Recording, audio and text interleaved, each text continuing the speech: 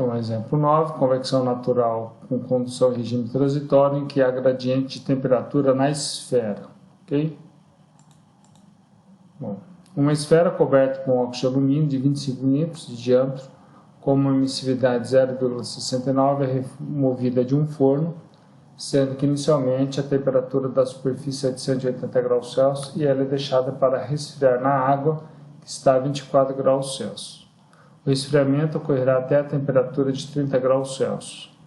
Para o cálculo do coeficiente convectivo e das propriedades da esfera, considere o cálculo a média aritmética entre a temperatura inicial e final da esfera.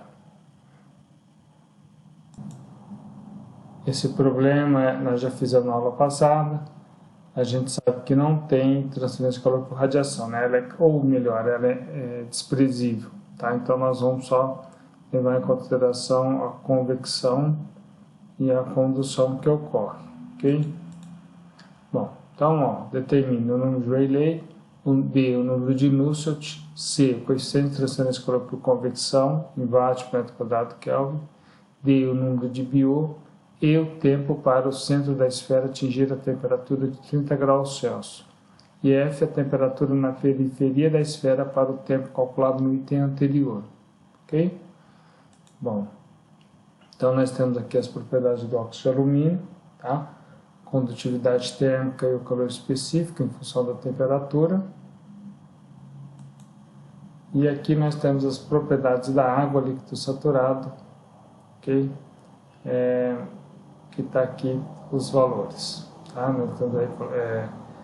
A densidade é o inverso desse valor aqui, tá? Do volume específico. Calor específico, viscosidade dinâmica, condutividade térmica, o número de Prandtl e o coeficiente de expansão volumétrica. Bom, a gente já viu no exemplo anterior que essa radiação podia ser desprezada, tá? Se não tivesse sido feito, nós teríamos que verificar para ter uma ideia se a radiação poderia ser desprezada ou não.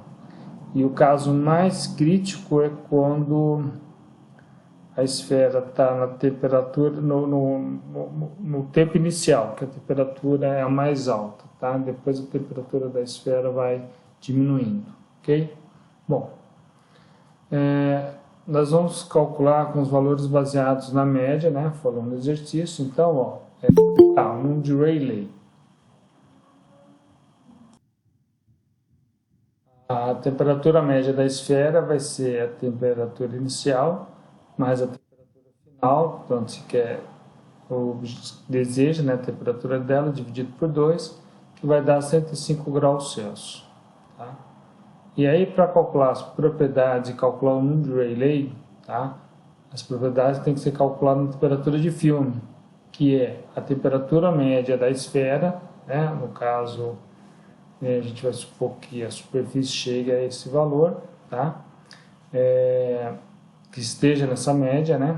A esfera, mais a temperatura final, tá?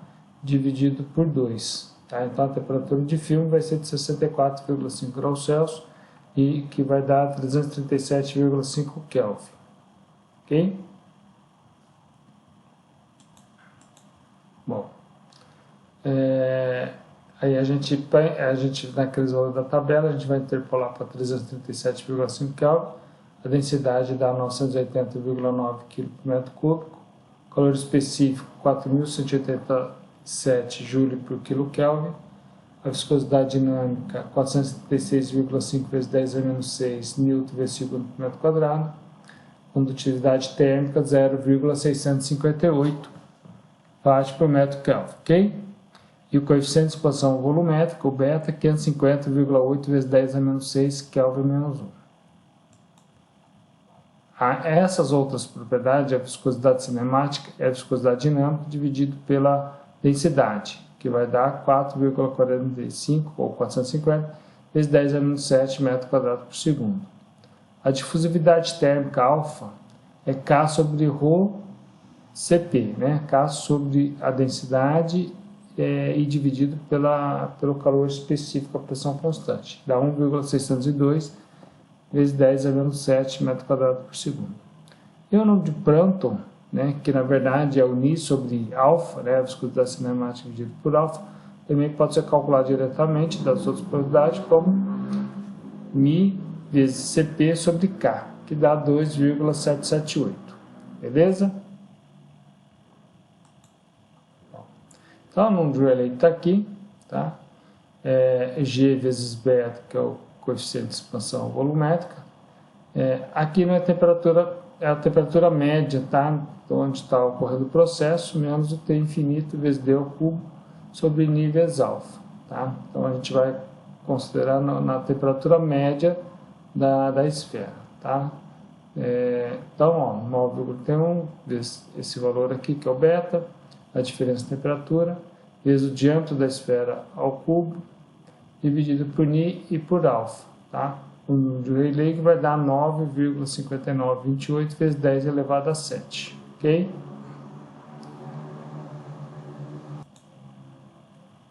Bom.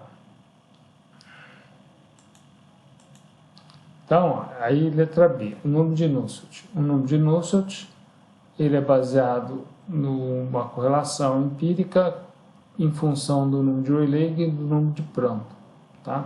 Substituindo os valores, tá? Nós vamos ter o valor de número de Nusselt de 52,72, ok? Tá? Então, esse aqui é uma fórmula para a esfera. Bom, letra C, coeficiente de transferência por convecção em watt por metro quadrado Kelvin, tá? Ele é dado por o número de Nusselt é igual ao coeficiente convectivo vezes o diâmetro dividido por K, tá? Substituindo os valores, nós vamos ter um coeficiente convectivo de 1.388 watts por metro quadrado Kelvin, tá? Bom, letra D, o número de Biot, tá? Quando tem condução em regime transitório, tá? O número de Biot é que vai determinar se nós vamos usar o método da capacitância global ou o método, né, de transferência de calor em que existe gradiente de temperatura no sólido, tá? O método da capacitância global a gente pode usar quando o número de Biot é muito pequeno, em que a resistência térmica de condução é muito menor que a de convecção. Tem muito mais transferência de calor de condução do que de convecção, tá? E aí, toda a seção onde está ocorrendo transferência de calor, a gente pode considerar que a temperatura é praticamente uniforme do sólido, ou seja, o sólido ele resfria com uma temperatura uniforme em cada tempo, tá? Quando isso não acontece, a gente tem que usar fórmulas em que levam em consideração a variação da temperatura com o tempo e com o espaço, tá? Essa foi uma parte da matéria de transferência de calor 1. Tá? Então, ó, antes de calcular as probabilidades da esfera na temperatura média, que é de 105 graus Celsius, 338 Kelvin, nós temos que a densidade da esfera vale 3.970 kg por metro cúbico, a condutividade térmica da esfera vale 35,39 watts por metro Kelvin, o calor específico da esfera vale 901,5 joules por quilo Kelvin. E a difusividade térmica deriva dessas três propriedades, tá? Que dá 9,888 vezes 10 a menos 6 metros quadrados por segundo, ok? O número de Biot, a gente tem que começar a calcular o número de Biot usando o método da capacitância global, tá? Que é o coeficiente convectivo vezes um comprimento característico dividido pela condutividade térmica do metal, do sólido, no caso da esfera, tá? Não é do fluido. E nesse caso, para a esfera, é o raio dividido por 3, que vai ser o diâmetro dividido por 6. Então, a gente substitui aqui o 1.388 vezes 0,025 dividido por 6, dividido pela condutividade térmica da esfera, tá? Esse resultado dá 0,1634, ele é maior que 0,1, tá? Então, vai ocorrer efeitos espaciais, ou seja, vai ter gradiente de temperatura dentro da esfera. No centro vai estar uma temperatura e na periferia da esfera vai estar outra temperatura, ok? Então, e aí nós temos que recalcular o número de Biot. Quando é com efeitos espaciais, o número de Biot é baseado no raio da esfera. Tá? E aí, que é o diâmetro dividido por 2. E aí o valor vai dar, o novo valor de Biot vai dar 0,4903. Tá? Então tomem cuidado nesse detalhe. Deixe esse exercício por causa disso. Se fosse cilindro, tá? Vamos supor que está calculando o caso de uma variação de temperatura num cilindro. Tá? Teria que calcular o número de Biot baseado no método da capacitância global, só que aí não seria o raio dividido por 3, seria o raio dividido por 2. E aqui ficaria o diâmetro dividido por 4. Se esse resultado desse maior que 0,1 do cilindro, tá? Nós teríamos que calcular o Biot para o caso, levando em conta os efeitos espaciais, e levando em conta o gradiente de temperatura dentro do cilindro. E para o cilindro também vai ser o raio. Tá? Então, o número de Biot é HC vezes o raio dividido pela condutividade térmica da esfera. Aqui não muda. Aqui, quando tem efeitos espaciais, esse comprimento característico aqui, tanto para a esfera como para o cilindro, vai ser o próprio raio. Tá? Então, substituindo os valores, vai dar 0,4903. Bom, letra C. O tempo para o centro da esfera atingir a temperatura de 30 graus Celsius. Bom, como o número de Biot é maior que 0,1, nós vamos usar essa equação aqui, tá? Para a esfera, que leva em conta um termo que o Fourier está relacionado com a variação da temperatura com o tempo, e esse termo aqui, que é uma função trigonométrica, está relacionado com o gradiente de temperatura, ok?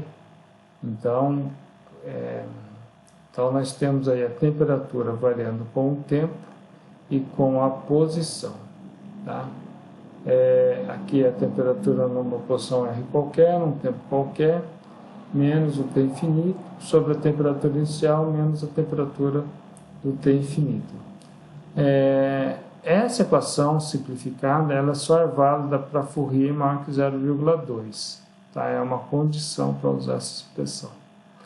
Esse R asterisco é um comprimento adimensional, é a posição R dividido pelo raio da esfera.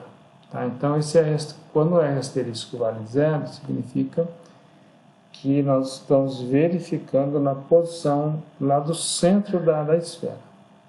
Quando o R asterisco vale meio, significa que nós estamos avaliando na metade, né, no raio dividido por 2. E quando o R asterisco vale 1, estamos avaliando a temperatura na periferia da esfera, ok? Bom, e aí nós estamos falando do gradiente dentro da esfera, tá ok? E a gente quer calcular no centro. Ó. Para o centro da esfera, a equação acima fica desse jeito. Ó. Sumiu o termo aqui. Ó. Só vou voltar para poder mostrar para vocês por que sumiu. Tá? Então, ó, no centro da esfera, o R asterisco vai valer 0. Então, vai ficar seno de 0 sobre 0.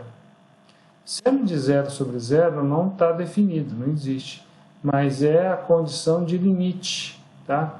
Limite de seno de 0 sobre 0, ou limite de x, de seno de x sobre x, quando x tende a 0, é 1 por definição. Tá? Então, por isso que isso aqui pode ser eliminado desse jeito, porque esse resultado vai dar 1. Tá? Então, a gente usa só a expressão da exponencial. Tá? E aí nós temos o valor do ε1 e do C1 em função do número de Biot. Tá entre esses termos aqui. E aí, ó, o Biot vale 0,4903, interpolando o ε1 vai dar 1,1547 e o C1 dá 1,1414. Tá? A gente substitui na expressão da equação de transferência de calor, né, com condução em regime transitório, e o valor de Fourier vai dar 2,5428. Então, e aí, o número de Fourier é o alfa da esfera, tá? Não é do fluido, vezes o tempo dividido por R ao quadrado, porque nós estamos trabalhando com gradiente de temperatura. Substituindo os valores, esse resultado vai dar 40,18 segundos. Tá? Então, na água é para ser rápido, né?